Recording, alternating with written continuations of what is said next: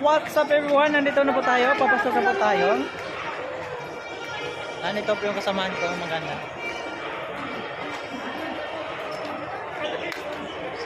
Nadaanan na po natin yung baboy doon. Hindi pa yung luto. Babalikan natin yun mamaya.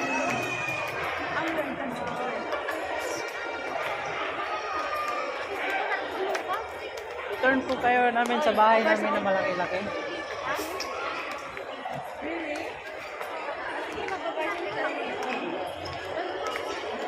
Uy,